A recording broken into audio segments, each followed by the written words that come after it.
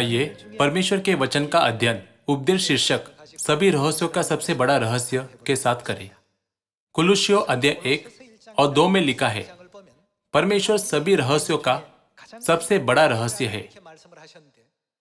सभी रहस्यों का सबसे बड़ा रहस्य जिसका हम आज अध्ययन करने जा रहे हैं वह आत्मिक रूप में मौजूद परमेश्वर नहीं है, जो कि अधिकांश लोगों की एक सामान्य धारणा है, लेकिन वह परमेश्वर है जो इस पृथ्वी पर शरीर में होकर आते हैं।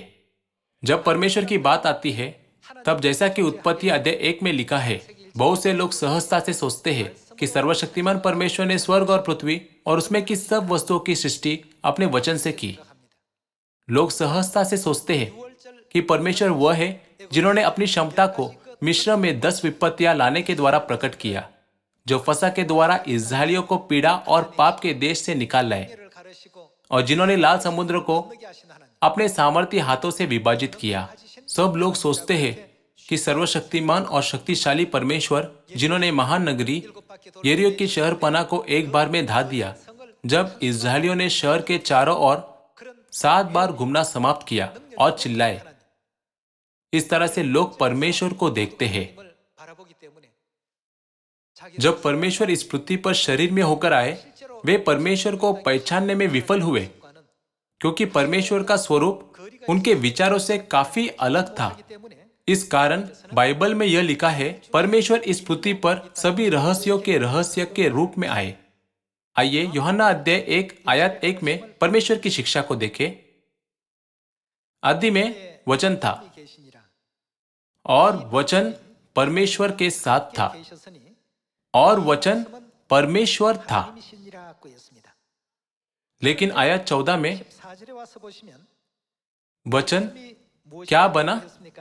वचन परमेश्वर है, इसलिए लिखा है, परमेश्वर शरीर पहना और अनुग्रह और सच्चाई से परिपूर्ण होकर हमारे बीच में डेरा किया, और हमने उसकी ऐसी महिमा देखी जैसी पिता के एकलौते की महिमा।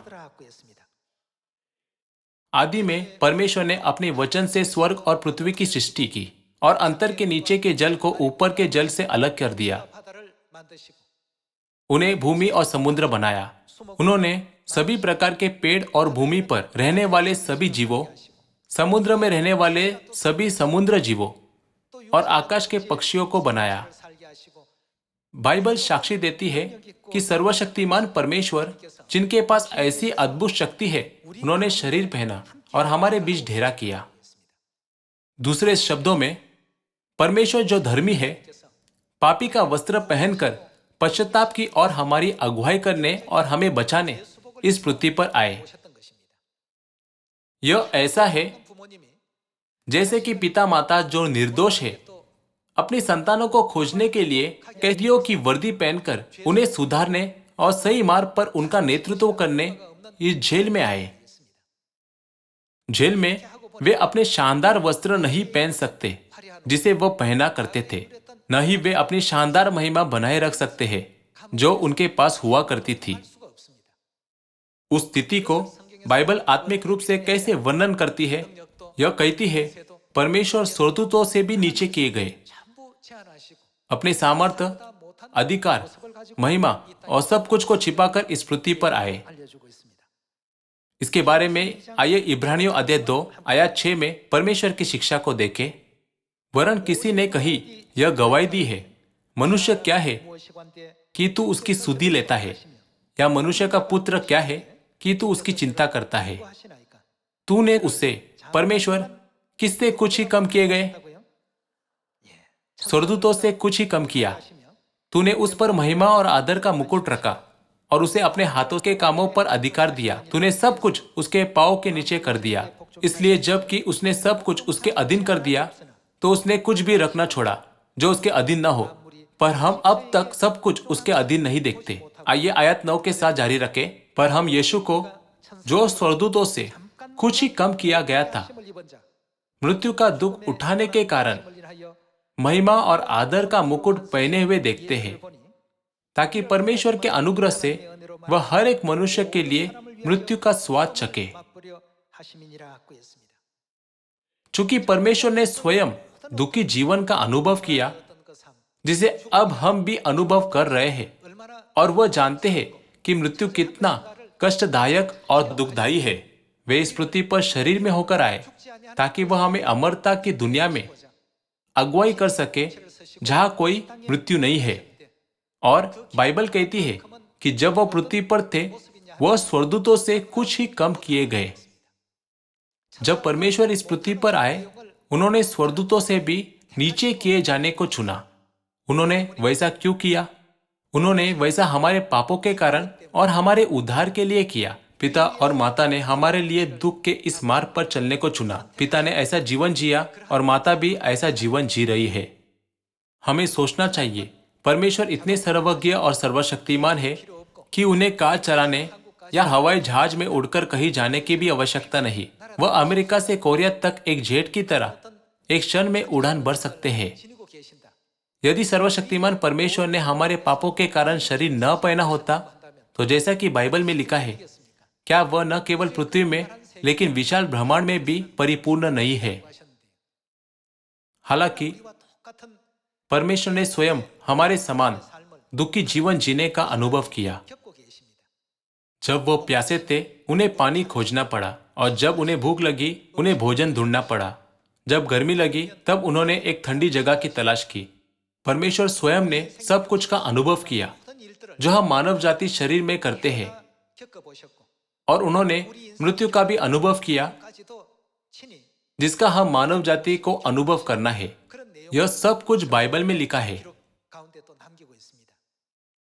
जब परमेश्वर इस पृथ्वी पर स्वर्गदूतों से नीचे किए जाकर शरीर में आते हैं, तब हम उन्हें कैसे पहचान सकते और ग्रहण कर सकते हैं? सभी लोगों, पश्चिमी देशों में एक कहावत है कि देखना ही विश्वास करना है। हालांकि हमें यह नहीं सोचना चाहिए कि हम जो देखते हैं बस वे ही मौजूद है। वैज्ञानिकों के अनुसार मूलभूत कणों की दुनिया में और प्राथमिक कणों की दुनिया में, जिसे हमारी आंखें नहीं देख सकती, असंख्य सूक्ष्म जीव है। वे कहते हैं कि इन चीजों को नग्न आंखों से देखना नामुमकिन है। तब उन्हें देखने के लिए हम कौन से उपकरण का उपयोग करते हैं? हम सूक्ष्मदर्शी का उपयोग करते हैं। इसी तरह हम तारों की दुनिया को नहीं देख सकते जो हमसे बहुत दूर है। न ही हम बिना दूरबीन के शुक्र को देख सकते हैं कि वह कैसा दिखता है, और न मंगल को। इसी के साथ हर्बल अंतरिक्ष दूरबीन के द्वारा हम पहले की तुलना में बहुत अधिक सटीकता के साथ उन तारा मंडल को देख सकते हैं जो दसियों अरबों प्रकाश वर्ष दूर है। हालांकि परमेश्वर की दृष्टि में यह एक सूक्ष्म बिंदु के समान है। परमेश्वर ऐसे विशाल ब्रह्मांड में निवास करते हैं, परंतु वे जिन्होंने परमेश्वर को स्वर्गदूतों से भी कम करके इस पृथ्वी तक नीचे आने दिया, हम उनकी संतान हैं। हमें यह कभी नहीं भूलना चाहिए कि हमारे पापों के कारण और हमारे उद्धार के लिए पिता और माता ने इस मार्ग को चुना और इस पृथ्वी पर आए, स्वर्गदूतों से भी कम किए गए। जब परमेश्वर शरीर में आते हैं, तब हम उन्हें कैसे ग्रहण कर सकते हैं? हम ऐसा सोच सकते हैं कि जब हम कुछ बुरा करते हैं, तब परमेश्वर तुरंत हमारा न्याय करेंगे, हमारी ताड़ना करेंगे, हमें दंड देंगे या हमें उसी क्षण सजा देंगे। हमारे विचारों के विपरीत जब यीशु 2000 वर्ष पहले इस पृथ्वी पर आए, तब उन्होंने उन लोगों के प्रति कैसा रवैया रखा था जिन्होंने उनका तिरस्कार किया, उपवास किया, कोड़े मारे और क्रूस पर चढ़ाया। उन्होंने उन लोगों को यह कहते हुए भविष्यवाणी की पूर्णता के रूप में देखा। बाइबल की भविष्यवाणियां कि ऐसा ही होना अवश्य है, कैसी पूरी होगा? यदि वे मेरे साथ ऐसा व्यवहार न करें, तब क्या बाइबल की भविष्यवाणियों को झूठा नहीं माना जाएगा? जब यीशु स्वर्गदूतों से कम किए जाकर इस पृथ्वी पर आए, तब कितने लोगों ने उन्हें सच्चे परमेश्वर के रूप में ग्रहण किया? इसके बजाय अधिकांश लोगों ने उनका उपहास किया, उनकी निंदा की और उनको अस्वीकार किया। इसके द्वारा अस्वीकृत होने पर भी हम परमेश्वर का अनुग्रह देख सकते हैं, जिन्होंने प्रत्येक आत्मा को एक एक करके सिखाया और अपने वचनों के द्वारा प्रबुद्ध करने के लिए जगाया। परमेश्वर का अनुग्रह अब भी इस युग में कार्य करता है। इसलिए जितना नग्न आंखों से देखा जाता है, केवल उतना ही अस्तित्व में नहीं है। हमारी आंखें हवा को नहीं देख सकती, हमारी आंखें वायु भी नहीं देख सकती। हम ऐसे आंखों के साथ कैसे पिता परमेश्वर और माता परमेश्वर को खोज सकते हैं? हमारे कानों के बारे में क्या? ऑडियो फ्रीक्वेंसी नाम की भी कोई वस्तु है जो मौजूद है। कुछ फ्रीक्वेंसी ऐसी है जिन्हें हमारे कान सुन सकते हैं और कुछ फ्रीक्वेंसी ऐसी भी है जिन्हें हमारे कान सुन नहीं सकते। बहुत कम फ्रीक्वेंसी भी होती है जिन्हें हम सुन नहीं सकते। ऐसी ध्वनियां मौजूद है, फिर भी हमारे कान उन्हें नहीं सुन पाते हैं। इसलिए हमें यह सोचते हुए कि हम कुछ सुन सकते हैं अपनी बढ़ाई नहीं करनी चाहिए। न तो हमारी आंखों को सब कुछ दिखाई देता है, ना ही हमारे कानों को सब कुछ सुनाई देता है। मैंने पहले भी आपको यह कहानी बताया है। जब मैं पहले बार श्रीलंका गया था, मैंने देखा कि क्योंकि ज्यादा खेती की जाती है, इसलिए खेतों में ढेर सारे मेंढक थे। एक बार भारी बारिश हुई और फिर धूप खिली। मौसम बहुत तेजी से बदलता था, इसलिए वहां मेंढक टर टर करके बहुत आवाज करते थे। इसलिए मैंने वहां के मूल सदस्य को, जो मेरी अगुवाई कर रहा था, पूछा, वे आपको कैसे सुनाई देते हैं? मैंने उनसे कहा, कोरिया में मेंढक की आवाज गेगुर गेगुर सुनाई देती है। तब वो ऐसा कहते हुए जोर से हंसने लगा। वह आपको कैसे गेगुर गेगुर जैसा सुनाई दे सकता है? वह तरोंग तरोंग जैसा सुनाई देती है। मेरे कानों के लिए यह निश्चित रूप से गेगुर गेगुर जैसा ही सुनाई देती है। मुझे नहीं लगता कि श्रीलंका में मेंढक की अपनी भाषा है। हो सकता है कि मैंने गलत सुना, लेकिन निश्चित ही यह श्रीलंका की भाषा तो नहीं थी जो मेंढक बोल रहे थे। इसलिए मैंने अपने सोचने के तरीके को बदल दिया।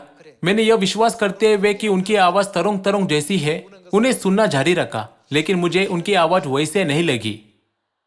अचानक से मुझे एक ऐसे व्यक्ति के रूप में देखा गया जो मेंढक के रोने की आवाज का अजीब ढंग से वर्णन करता है। हमारे कान भी ऐसे ही है। हमारे कान एक ऐसी ध्वनि को ठीक रूप से समझ भी नहीं पाते। हम ध्वनियों को, जैसे मेंढकों के रोने की आवाज को भी वैसा ही सुनते हैं जैसा कि हमें अपने पूर्वजों के समय से सिखाया गया है। इन सब कारणों से हम जो भी हमारी आंखें देखती है और जो भी हमारे कान सुनते हैं, उन पर विश्वास नहीं कर सकते। फिर हमें कैसे पिता परमेश्वर और माता परमेश्वर से मिल सकते हैं और उन्हें ग्रहण कर सकते हैं, जो सभी रहस्यों का रहस्य के रूप में इस पृथ्वी पर शरीर में होकर आए? हमें उन्हें पहचानने के लिए क्या करना चाहिए? मुर्गे का भागना और कुत्ते का भौंकना, यह सब आवाज अफ्रीका के लोगों को, अमेरिका के लोगों को, श्रीलंका के लोगों को और कोरिया के लोगों को अलग अलग सुनाई देती है। इन जीवों की आवाजों को अलग अलग रूप में वर्णन किया जाता है। इस अनुभव के द्वारा मैंने एक बार फिर एहसास किया कि जो भी हम देखते या सुनते हैं, उस पर आश्वस्त होने के बजाय सबसे बुद्धिमान और सबसे चतुर तरीका परमेश्वर की शिक्षाओं का पालन करना है, जिसे उन्होंने सबसे सही तरीके के रूप में निर्धारित किया है। हमें बाइबल को कभी भी अपने स्वयं के विचारों से नहीं देखना चाहिए। मैं विश्वास करता हूं कि बाइबल में परमेश्वर हमें जो कहते हैं और परमेश्वर हमें जो सिखाते हैं, उसे देखना चाहिए। आइए यूहन्ना अध्याय 1 का आयत 10 देखें। परमेश्वर इस जगत में आए, लेकिन किसी ने भी नहीं जाना कि वह शरीर में इस जगत में है। वह जगत में था और जगत कैसे उत्पन्न हुआ? जगत उसके द्वारा उत्पन्न हुआ, यानी उन्होंने उसे बनाया। फिर भी लोगों ने उन्हें नहीं पहचाना और जगत में उसे नहीं पहचाना। वह अपने घर आया और उसके अपनों ने उसे ग्रहण नहीं किया। वह आए और जानने दिया कि वह परमेश्वर है, लेकिन किसी ने भी उन्हें ग्रहण नहीं किया। ऐसा इसलिए था क्योंकि वह उनकी आंखों में परमेश्वर की तरह नहीं दिखाई दिए, और जब उन्होंने अपने कानों से उनकी शिक्षाओं को सुना तो वे परमेश्वर की तरह नहीं लगे। हमें बाइबल की भविष्यवाणी का पालन करना चाहिए। परमेश्वर उसी तरह प्रकट होंगे जब वह दूसरी बार आएंगे। चूंकि यह भविष्यवाणी की वह जगत में था, हमें पहले ही दी गई, इसलिए हमें यह नहीं कहना चाहिए कि वह कब इस संसार में थे। मैंने उन्हें कभी नहीं देखा। इसके बजाय हमें इस तथ्य पर निश्चित रूप से विश्वास करना चाहिए कि वह इस संसार में थे, और हमें भविष्यवाणी के द्वारा उन्हें पहचानने के तरीके को खोजना चाहिए कि वह कहाँ थे, कैसे थे और उन्होंने इस संसार में क्या किया। जब शरीर में आए परमेश्वर को खोजने की बात आती है, तब हमें परमेश्वर को अपने तरीके से मिलना नहीं चाहिए, लेकिन बाइबल और उसकी शिक्षाओं के अनुसार मिलना चाहिए। हमें उन परमेश्वर को ग्रहण करना चाहिए जो बाइबल की भविष्यवाणियों के अनुसार आए और उन सभी भविष्यवाणियों को पूरा किया। जहां कहीं वह हमारी अगुवाई करे, आइए हम उनका पालन करने वाले बने। तब उन लोगों को जो यह नहीं जानते कि परमेश्वर इस संसार में है, हमें कैसी दृष्टिकोण और शिक्षा देनी चाहिए। आइए प्रकाशित वाक्य अध्याय 14 देखें। प्रकाशित वाक्य अध्याय 14 आयत 3 में लिखा है कि वे सिंहासन के सामने और चारों प्राणियों के प्राचीनों के सामने एक नया गीत गा रहे थे।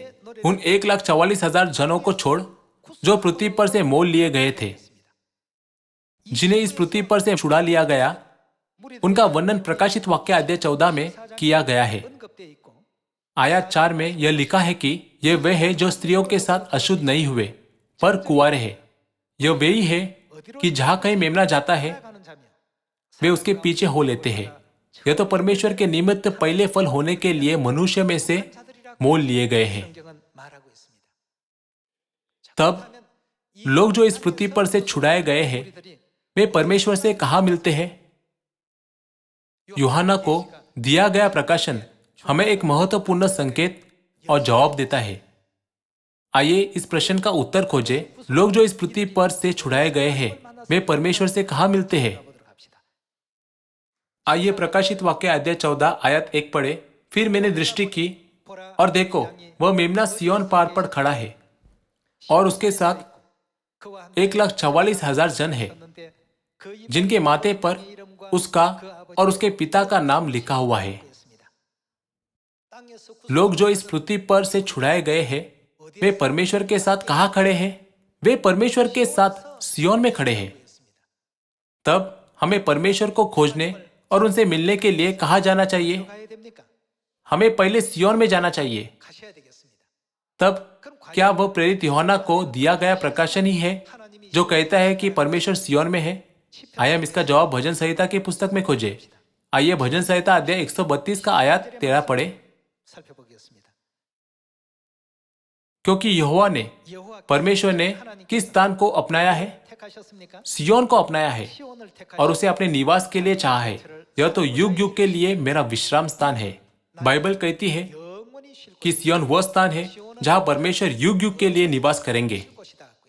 यही मैं रहूंगा क्योंकि मैंने इसको चाहा है।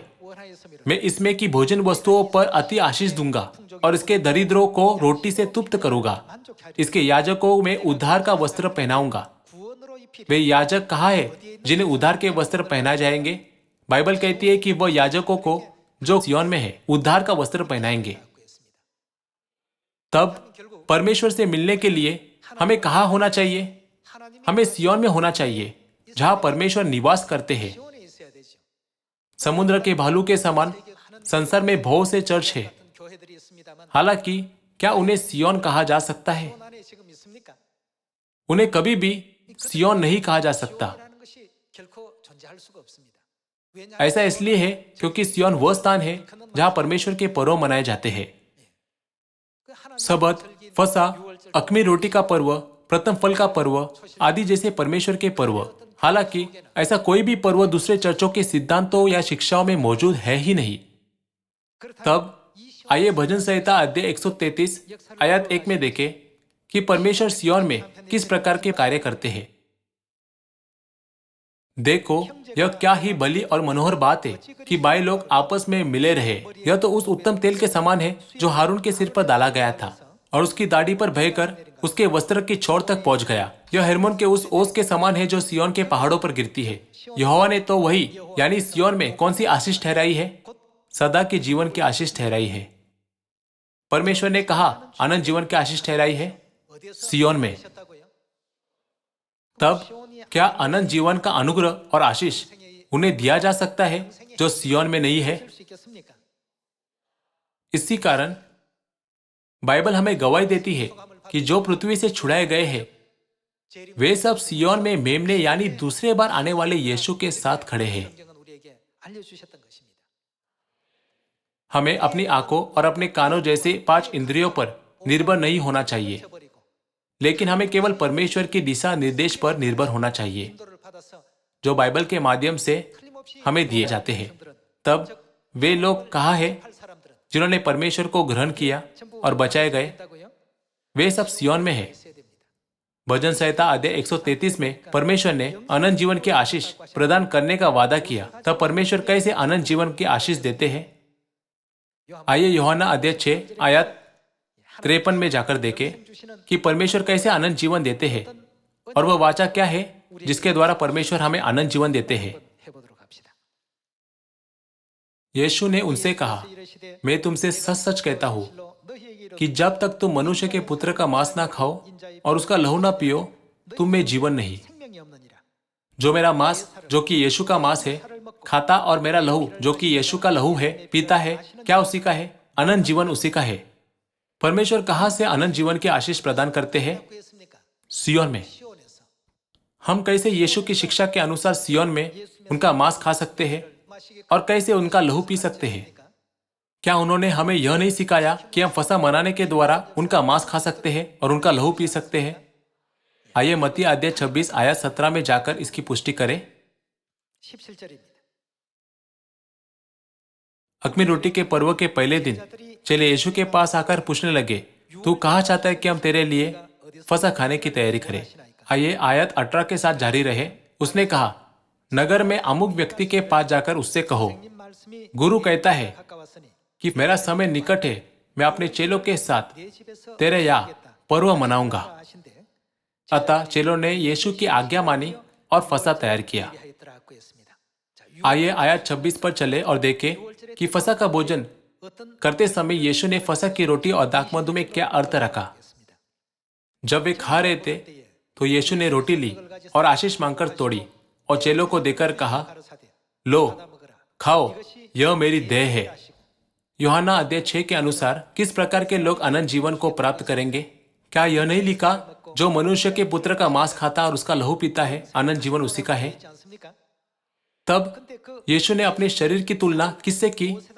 यीशु ने अपने शरीर की तुलना फसह की रोटी से, यह कहते हुए कि यह मेरा शरीर, मेरा मांस है। आयत 27 में यह कहता है, फिर उसने कटोरा लेकर जिसमें फसह का दाखमधु था धन्यवाद किया और उन्हें देकर कहा, तुम सब इसमें से पियो, क्योंकि यह वाचा का मेरा वह लहू है जो बहुतों के लिए पापों के क्षमा के निमित्त बहाया जाता है। परमेश्वर सिय्योन में अनंत जीवन की आशीष प्रदान करते हैं जहां पर्व मनाए जाते हैं। तब किसने हमें फसह की रोटी और दाखमधु दिया जो यीशु के मांस और लहू को दर्शाता है, जिसके द्वारा हम सिय्योन में अनंत जीवन पा सकते हैं? क्या पिता आन सांग होंग वह नहीं जिन्होंने नहीं वाचा की फसह की गवाही दी, जो 1600 वर्षों से गुप्त रहा और उसे हमें प्रकट किया और उसे मनाने की अनुमति दी? इसलिए वह परमेश्वर है। उन्होंने सिय्योन में अनंत जीवन की आशीष प्रदान की है। क्या यह सच नहीं? क्या स्वर्गीय पिता मसीह आन सांग होंग और नई यरूशलेम स्वर्गीय माता ने हमारे लिए अनंत जीवन के मार्ग को फसह की रोटी और फसह के दाखमधु द्वारा नहीं खोला? इस पृथ्वी पर असंख्य बाइबल के विद्वानों का जन्म हुआ और मर भी गए।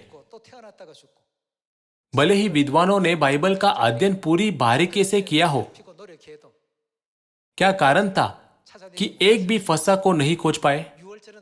केवल कौन फसह के सत्य को ला सकता है? वह केवल परमेश्वर है। आइए यशायाह अध्याय 25 के द्वारा इस तथ्य की पुष्टि करें कि केवल परमेश्वर ही इस सत्य को ला सकते हैं। भले ही परमेश्वर एक रहस्य के समान आते हैं, लेकिन फिर भी ऐसे लोग भी हैं जो उन्हें पहचान लेते और उन्हें ग्रहण भी करते हैं। इसलिए परमेश्वर हमसे वादा करते हैं कि छोटे से छोटा 1000 हो जाएगा और सबसे दुर्बल एक सामर्थी जाति बन जाएगा। और चाहे हमारा भाग पहले छोटा ही रहा हो, परंतु अंत में हमारी बहुत बढ़ती होती। यह तब होगा जब हम पिता और माता की इच्छा को महसूस करेंगे और सुसमाचार का सामरिया और पृथ्वी के छोर तक प्रचार करेंगे। भले आप पहले ही से जानते हैं कि यशायाह अध्याय 25 आयत 6 में क्या लिखा है। आइए उसे आज एक बार फिर देखें। आइए यशायाह अध्याय 25 आयत 6 पढ़े। सेना का यहोवा इसी पर्वत पर सब देशों के लोगों के लिए ऐसा भोज तैयार करेगा जिसमें भांति भांति का चिकना भोजन और नितरा हुआ दाखमधु होगा, उत्तम से उत्तम चिकना भोजन और बहुत ही नितरा हुआ दाखमधु होगा। और जो पर्दा सब देशों के लोगों पर पड़ा है, जो घूंघट सब जातियों पर लटका हुआ है, उसे वह इसी पर्वत पर नष्ट करेगा। वह मृत्यु का सदा के लिए नाश करेगा। वह मृत्यु का सदा के लिए नाश करेगा का अर्थ है कि वह हमें अनंत जीवन देंगे। वह हमें कैसे अनंत जीवन देंगे? नितरे हुए दाखमधु से। और प्रभु यहोवा सबों के मुख पर से आंसू पोंछ डालेगा और अपनी प्रजा की नामधारा इस सारी पृथ्वी पर से दूर करेगा, क्योंकि यहोवा ने ऐसा कहा है। उस समय यह कहा जाएगा, देखो हमारा कौन है? परमेश्वर यही है। हम इसी की बात जोते आए हैं कि वह हमारा उद्धार करे। यहोवा यही है, हम उसकी बात जोते आए हैं। हम उससे उद्धार पाकर मग्न और आनंदित होंगे। भजन संहिता के लेखक के अनुसार परमेश्वर अनंत जीवन के आशीष कहाँ प्रदान करेंगे? सिय्योन में। परमेश्वर अनंत जीवन के आशीष कैसे प्रदान करेंगे? फसह की रोटी और दाखमधु के द्वारा। यशायाह नबी ने गवाही दी कि वह जो इन सभी भविष्यवाणियों को पूरा करते हैं वह हमारे परमेश्वर है, इसलिए हमें उन्हें ग्रहण करना चाहिए। बाइबल कहती है कि जब तक परमेश्वर मिल सकते हैं तब तक उनकी खोज में रहो, जब तक वह निकट है तब तक उन्हें पुकारो। तब कौन प्रकट हुए और इस भविष्यवाणी को पूरा किया?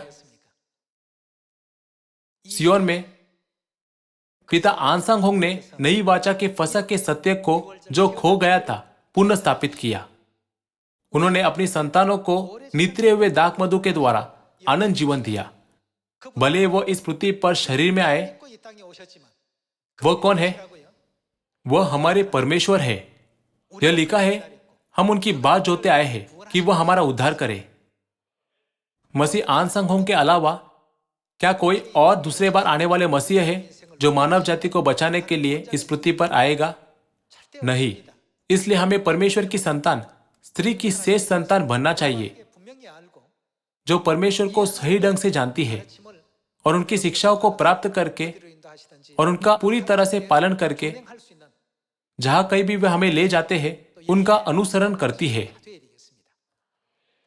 मैं एक बार फिर स्वर्गीय पिता और स्वर्गीय माता को हमें उन्हें पहचानने की अनुमति देने के लिए, सिय्योन में अगुवाई करने के लिए और उद्धार देने के अनुग्रह के लिए महिमा और धन्यवाद देता हूँ। आशा करता हूँ कि आप अधिक अनुग्रह पाया होगा। मैं आज का उपदेश समाप्त करना चाहूंगा। आपका बहुत बहुत धन्यवाद।